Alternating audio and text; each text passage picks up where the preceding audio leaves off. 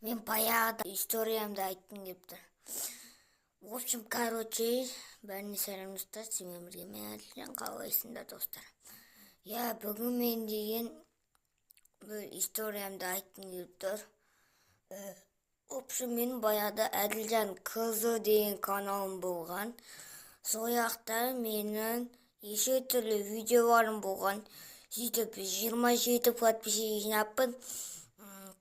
28 болып қатырғанда бәрі 25-ке түсіріп жіберген.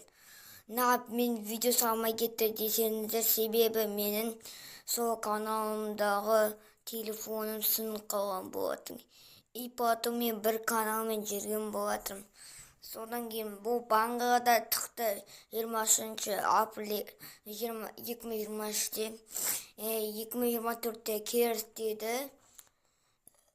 Сосын мен басқа телефон алып, осы видеоға түсіріп жатырмын.